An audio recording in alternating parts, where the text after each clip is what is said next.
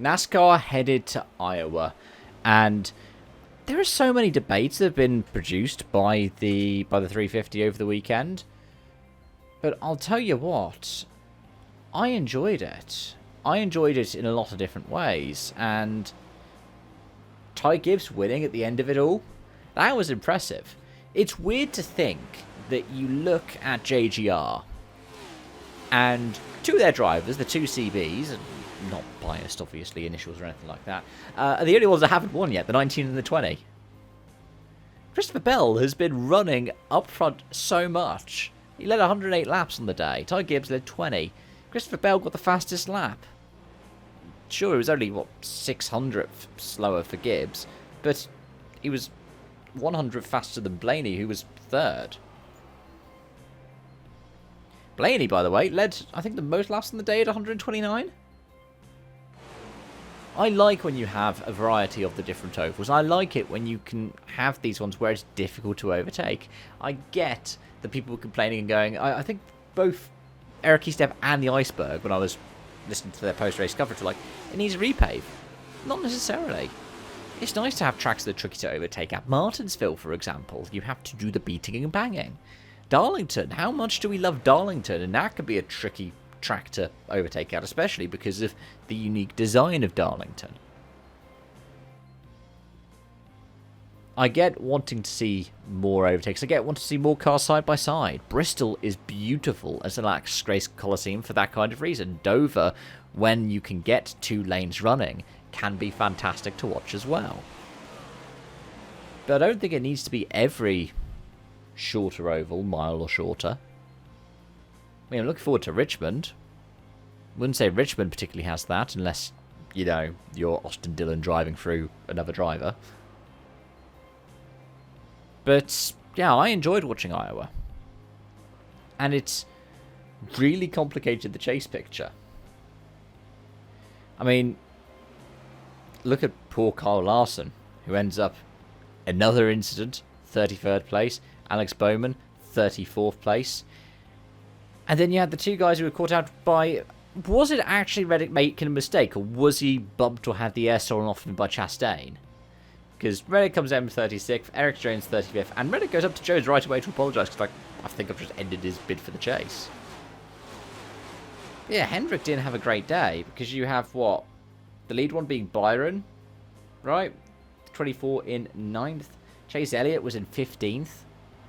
In 23-11 have struggled of late. Bubba Wallace wasn't in the top 10. Colin Zilic, by the way, 11th place. Chastain, 7th. The struggling Trackhouse on the day was Shane Van Gisbergen. He span out, caused a caution, finished a lap down, 30th place. And it does mean that with, 3 more races until the chase starts, we still have the same number of drivers locked in, but the order has also changed. And I've just remembered looking at the standings. I forgot. Didn't Briscoe actually win? So it's just Bell. Bell's the only Gibbs one who hasn't won. But if you were to say 2 Gibbs cars have multiple wins in the season, you would put Ty Gibbs as the 4th most likely to do that. Potentially because he had won a race pre-season, but I always thought he would end up winning a race this season. Denny Hamlin has a lead of 103 points over Ty Gibbs. So, if things go well for him in Richmond, he could seal the regular season championship here. He could seal that number 1 seed for the chase.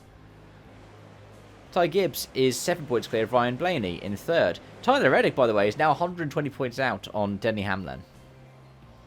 It is not mathematically impossible for him to get the top seed, but for a guy who dominated so much of the season, yeah, he's secure in 4th in a way. Like, he's 140 points clear of Chase Briscoe in 5th. But it's just kept going from bad to worse with the 45 car. Dropping further down, Carson Hosevar's dropped 3 spots, but is only 19 points out from 5th place Chase Briscoe. Kyle Larson is currently 34 points back from Briscoe and in 10th and falling. Byron climbs above Suarez, sure, but when you look down towards the bubble, Eric Jones, yeah, was looking like he could potentially battle his way in. Cindric right now is 29 points to the good from Ryan Preece, who is 18 points clear of Ross Chastain, who is only 1 point clear of Blazkowski, who's only 2 points clear of Eric Jones.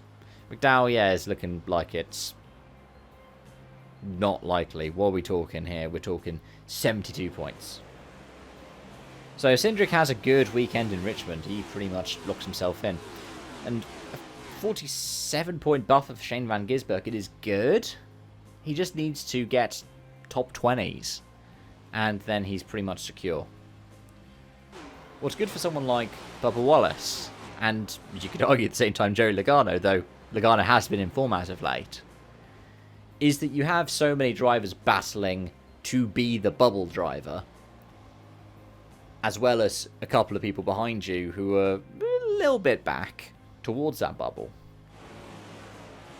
Bubba Wallace has, 41 points on Cindric. And then, another further 29, so 70 points. Oh, I'm forgetting to count. 72 points on Priest. Let me know your thoughts in the comment section down below, folks. Let me know any kind of thoughts you have for the race, for the chase, any of it. As always, till next time, bye for now.